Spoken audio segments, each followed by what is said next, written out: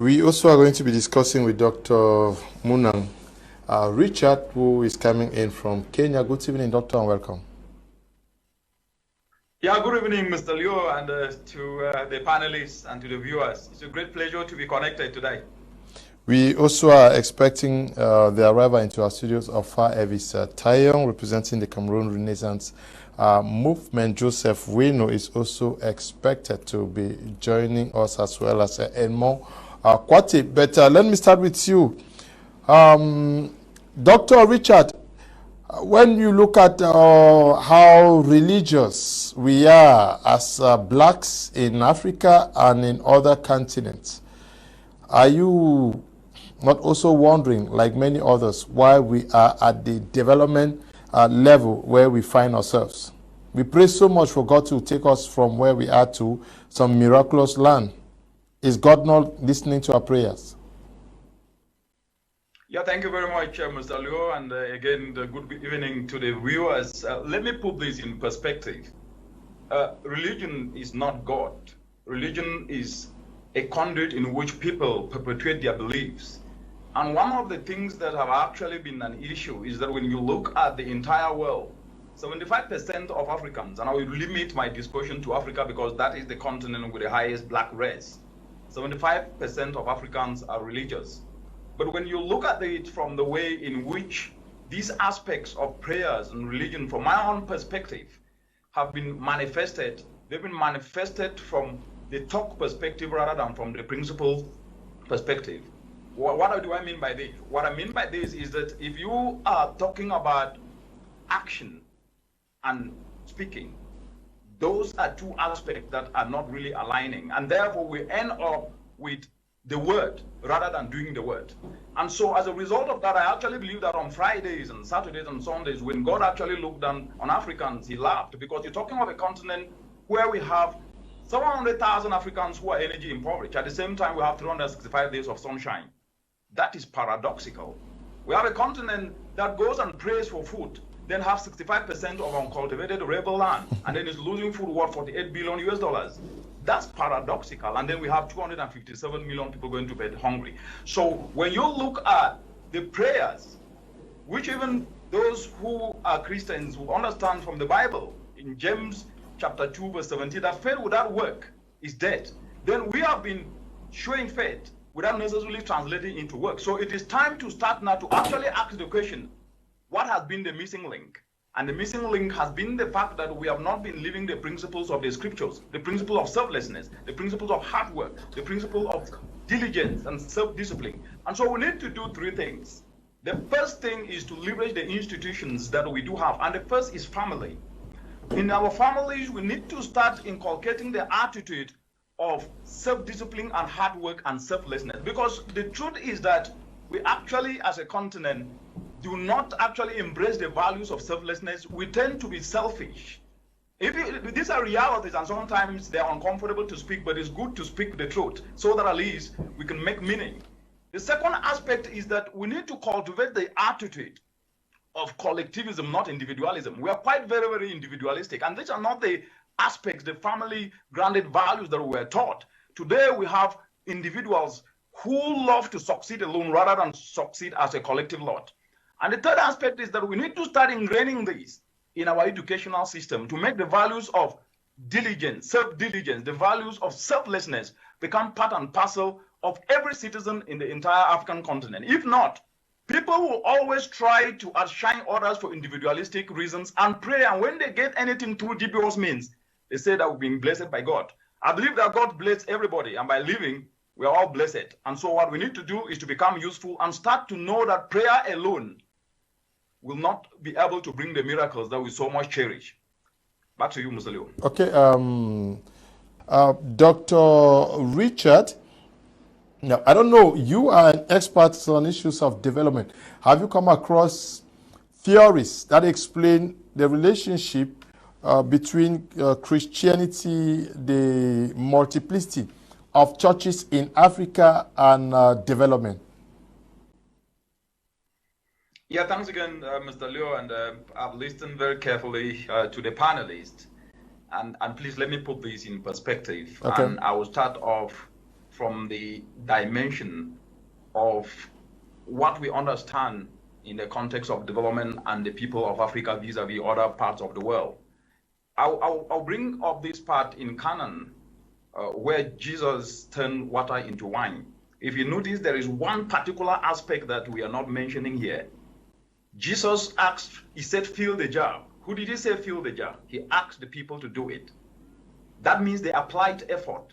The miracles did not just happen by default. They happened whereby somebody had to apply effort to do something before it finally got turned to wine. That means we've been missing this link that if we do not apply effort, we do not use our talents and our skills, and continuously believe that something will just happen to us just because we have sat and we think that we are so special that it will happen, that doesn't work anywhere in the world. And therefore, to answer your question, in the 1960s, South Korea was actually at par with the African countries when they were fighting for independent dispensation in the continent at the time. And in 1962, South Korea became so broke and experienced a hunger episode that African countries were actually sending them food. And an African country, for diplomatic reasons I will not mention the name, actually gave South Korea a loan of $10,000 US, which was later repaid. South Korea is not a religious country. What did they do different that Africa is not doing different? They focus in enhancing the skills of their citizens and applying values of discipline, values of selflessness to capitalize on what they had in abundance. And that time was textile, and they started exporting textile out of the country and adding value to what was there. When you come to the African continent today, I think the issue is narrative. I think this is really an issue that we need to address without any fear of contradiction. The narrative is that if you fold your arms and pray alone, things will happen. And because of that, yes, miracles do happen, but miracles happen when you apply effort. And if you are lucky and they happen when you have not applied effort, it doesn't mean that they will continue to be happening that way. And there is an aspect that is hardly discussed in the continent, and my understanding of the continent and from the development perspective is that anything that fits to the miseries and good fortunes of the continent is easily embraced. That we will have rain, then we don't prepare with the seeds to plant, and then it rains, we don't plant, then we expect that we're going to have a harvest. It doesn't happen anywhere in the world. Know that we will go to school, and when we finish school with a certificate, unless we apply our skills to turn our talent to skills and then apply the skills to get a result, we will automatically get our problem solved. That's a fallacy, and that's a false narrative. So the difference between other continents and Africa is that they focus in developing the skill sets of their citizens and nurture them with the attitude of selflessness, not selfishness, the attitude of collectivism, not individualism. But for us, we want to focus on what we can get without necessarily doing anything. And then when we get it, we call it miracles, when despite the fact that even the processes are dubious. So the point is that unless we go back to the basic principles of nurturing self-diligence, of nurturing selflessness in our young people, and even those who are still young at heart, we might end up having a leadership point, we might end up having bad governance.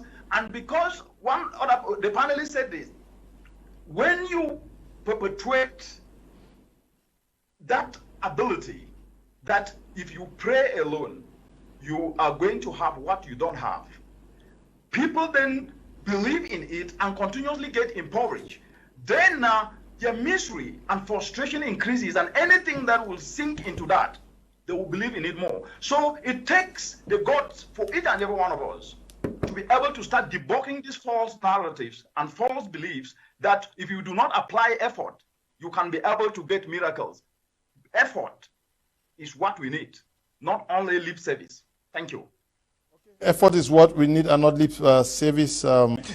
Yes, Dr. Richard, we're talking about the church and development in Africa. Are we also where we are because we are so divided? The church, Christ preached a love and actually advocated for unity amongst our people. But Africa is plagued with so many crises. which translates to the fact that we are very, very not open to the principle of forgiveness, tolerance, and peaceful means of solving our problems. We rather prefer going the violent way. Yet we are very Christian. Mr. Leo, I think this is a very important point, and I would like to really emphasize on this. If you look at the entire scriptures, and I think different religious affiliations that people are affiliated to, it centers on one word: love. And love is not supposed to be only through spoken words. It's supposed to be demonstrated through our actions. And if you look at the entire African continent, we are very good at talking. I mean, if we were to be given a Nobel Peace Prize or a prize, we will win that. We pay lip service to reality and talk about issues and problems more than we talk and prefer solutions. And this makes us to miss one word: kindness. Religion should be kindness, as simple as that. Religion should be kindness. It should be about kind to one another. It should be being another brothers and sisters keeper, not being the person, the enemy to the brother or sister. It should be about getting worried that if I see my neighbor not having food, I should be able to work harder and engage with the neighbor so that we can work together to produce food to share. It should be about selflessness. It should be about collectivism, because the biggest thing we can be able to do is to be useful to the society. And that is what we should all espouse. And that's kindness. That's selflessness. That's what the entire religious fraternity should focus on. Am I saying that they don't focus on? Some do. But let's put it in perspective. When you look at any aspect of development in the African continent, whether it is our education, it's Western benchmark. Let's not talk as if it's only religion that is Western benchmark. The problem with the continent today is that as a result of what we are told, we accept it without actually putting it within the context in which we are today. Institutions are people. Institutions are not buildings. It is people that actually drive change. It is not just mere words, it is action. And if you live by example, even if you don't go to church, and even if you don't pray, if you live by example, people will emulate you. If you are kind, if you are selfless, if you are nice, those are the principles that actually God actually exhibited when he was on earth. Love, kindness, being another brother's keeper. So the point I'm trying to make is that we need to go down to values. And these values need to be taught in every part of the society in which we are in, whether it is in church, whether it is in school. And we start to inculcate and integrate this to become part of the mainstream transformational development in everything we do, to live by example, to talk about how people can be useful to society, to never ever use the word problem and solution at the same time, because when we start putting people that people are problem people, and especially the young people, they say they're the problem. No, we need to start inspiring people so they can see themselves as useful and make them know that when you leave, you are blessed. That's already a miracle, but you need to be useful. And usefulness means you need to do something that goes beyond your immediate surrounding. So the point is this: the systems we do have, whether they're religious institutions or they're academic institutions, we must focus to make sure that kindness becomes the central pillar that everybody needs to embrace. Because there are other people who pray and they don't pray. They have their other gods that they pray to. It's not just churches. They don't even go to church. They've never been to church. I saw my grandmother who used to pray. She never went to church, but she was kind. She was selfless. She fed an entire village. That's what we need today. So the conclusion on this particular point from my own side is that if we do not embrace selflessness and make it the central pillar of our actions, not only talking, but acting to address the challenges we face, because you cannot tell a hungry child that you gave him or her food yesterday and he or she is going to listen to you.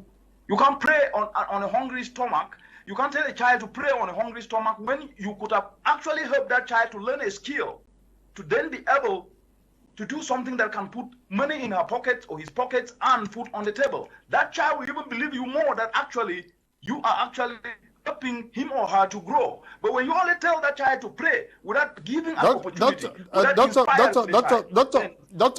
away from that, I just want you to briefly comment on this. You are observing what's happening in Africa as well as other parts of the world. Many persons think that in 2022, we should still blame the colonial masters for where we are today. I think that point I touched a little bit, but let me just focus on it so that at least I can provide a precise answer. I said that when you look at the continent today, we talk about problems and we transfer the responsibility to others. That's something that we have never really admitted. We are very good in transferring our responsibility to others so that at least we can stay back and talk and blame. It's not only Africa that was colonized. Asian countries were colonized. Latin American countries were colonized. European countries were colonized. Why are they not at the same position in which we are in today? We have a problem in that we focus more on history and forget the future.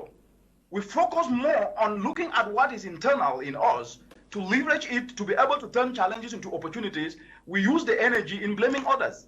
It therefore means our problem is that we are limited in our ability to recognize what we have that we can offer.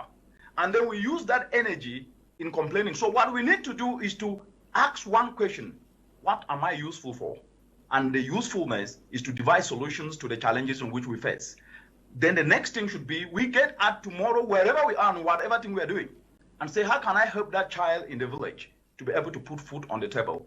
It's not about money. It's about inspiring people. It's about making people to become passionate. And just by inspiring a human being, that human being can become unstoppable. And so our problem has been that we are excited when we complain and blame others, rather than excited when we devise solutions. And the last part on that is that our society has been constructed in a way that when solutions are devised by some people, especially the young people, I see them devising a lot of solutions, they are not appreciated and inspired to do more. We instead glorify material and leave the aspects in which we are supposed to focus on, which is inspiring those who are preferring solutions and developing solutions to the challenges, but glorify material. And that's why somebody will steal and be applauded in the community or in the society, because they say, he get plenty money now, he don't bring plenty money, at least he ride big car. That mentality sucks, and it is what is retrograding us. So we must now focus in appreciating progress, appreciating solutions, and at the same time inspiring people so that they can self-believe. So the problem we have is that we lack self-belief, and we need to start believing by believing that we can do what we can do using what we have, not what we don't have, and start being part of the process, not only waiting to embrace the product. We must be part of the process, and part of the process needs effort. I'll go back to this. It needs effort. Sometimes we see effort as punishment. Effort is not punishment. If you do not apply effort, how do you expect an output? But we sit, we complain because we want someone else to apply the effort. The world doesn't function that way. And we will continue to mark time if we do not change this mentality that we currently have. Dr. Richard, you certainly listen to him. He says, without prayers, Africa would have been wiped out by the colonialists. What is the interest of the colonialists to wipe out Africa and not the other continents? I think that's one of the most ridiculous statements I've ever heard in my entire life. That without prayers, Africa could have been wiped out. I think God is no respecter of persons. You reap what you sow, and if you don't plant, you will not harvest. You plant maize, you will not harvest beans. You plant beans, you will not harvest rice. And somehow to fixate and make such a ridiculous statement like that, to me, is something that is tongue twisting and jaw breaking. That's one. Two, look, I think we love sensationalization as Africans, and that's something that I don't really associate with sensationalism. Sometimes whip up emotions, and that's what some people like, but it doesn't sustain in the long run, because so what Africa needs today is socio-economic liberation. Our founding fathers fought for self-determined rule. But the missing link with what they fought for today is that Africa is not socio-economically empowered. Nobody will listen to any message if he or she cannot put food on the table. I'll keep going back to this. Unless we try to look at what we have and leverage it to ensure that we socio-economically empower citizens across the entire African continent, 10 years, 20 years, 30 years from today, the discussion we are having today will still perpetuate. So what do we need to do? One, we must be able to leverage the institutions we have. We must pride ourselves as Africans of having some structures and institutions that other parts of the world have never ever had. If you take our local governance structures across the entire African continent, which I happen to work with some of them, they have the most structured, well-guided, streamlining approaches that can actually be leveraged to reach millions of people. We're working with the Buganda Kingdom in Uganda, and we've actually demonstrated this. That aside, let's come back to churches. We should not only look at the negative part of what religious institutions present to those that look so. Let's look at it from the perspective of what they should be leveraged. And I think when you look at what Elvis and Aloysius and also Dr. Dimocho said, I mean, they brought up some very excellent points, and I want to build on those. I go back to the point that Africa needs socio-economic empowerment. How can we start to leverage churches as institutions that are accessible to people in communities and use them to drive entrepreneurship in the continent? We can not only go to pray, but let's use churches as we are used to in Jangis. In East Africa, here they call it Chamas. In West Africa, Cameroon, Tontins, and Jangis. Can we make every church to become a Tontin and in Jangis so that resources can be raised, and those youth who have ideas, they can actually access that money to do something to build their skills and to start driving entrepreneurship in their different localities? We can not only wait and complain when we have structures and opportunities in place that we can leverage, and that will transform the country. Second and third, almost, we have a country. If I take Cameroon, for example, which I know a thing or two about, Cameroon actually, their middle class is the informal sector. It's the only country in the entire African continent, which I cover, that have the middle class being the informal sector that contributes 50% to the GDP of the country. What does that mean? If you were to leverage the structures in which they are leveraging cooperatives. 1 or 2, 3 people, even when we were growing up, my mother have a Njangi group. They will contribute little money to buy our books.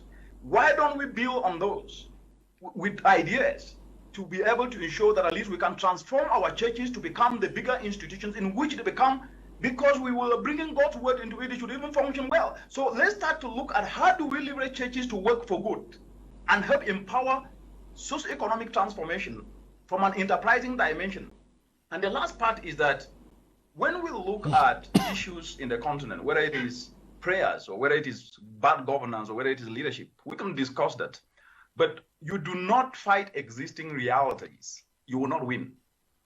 What you do is you develop alternative models that can make existing realities obsolete. What does this mean? We must be able to look at alternative pathways that can turn challenges to opportunities. We don't need to fight what doesn't work. What I mean by fight what doesn't work, if there is poverty and we keep talking that there is poverty, just by talking about it will not change anything. We need to prefer solutions and start to work with the coalition of the willing. And the coalition of the willing, we have 60% of our population youthful. You can only operate from your position of strength. Our position of strength as a continent, our young people. Let's build on their abilities. Let's encourage them. Let's inspire them. And as a result of that, we'll start to have a groundswell of solutions that will then turbocharge transformational development. And last on this particular aspect is that we must start to inspire one another. And that is a personal responsibility. It's not government that inspire people. You and me should inspire one another, starting from our circles. We should start to tell people that they must be able to live a purposeful life. Whether you're a journalist or a climate scientist like myself, or you are a priest in church, it doesn't matter. We must be able to showcase by example that we are kind, that we are selfless, and that we should inspire people that if you don't have a skill, you will not be relevant in this 21st century. Why? Because the skill is the biggest premium. It's not because you come from Com, or you come from Bengui, or you come from Boom, or you come from Southwest, or Littoral, or not, that matters. When you stand on that stage, it is what you can offer that makes the difference. People will tend to know where you come from later. But when you offer value, they take that value that you've offered, and to offer value, you need effort. So life is not a place of ease or celebration as we have been told. It's a place where we apply effort. It's a place of sacrifice. To build value needs effort. And without this, doing so to drive socio-economic transformational development, we will never ever get out of this quagmire in which we are in today. Okay. Over.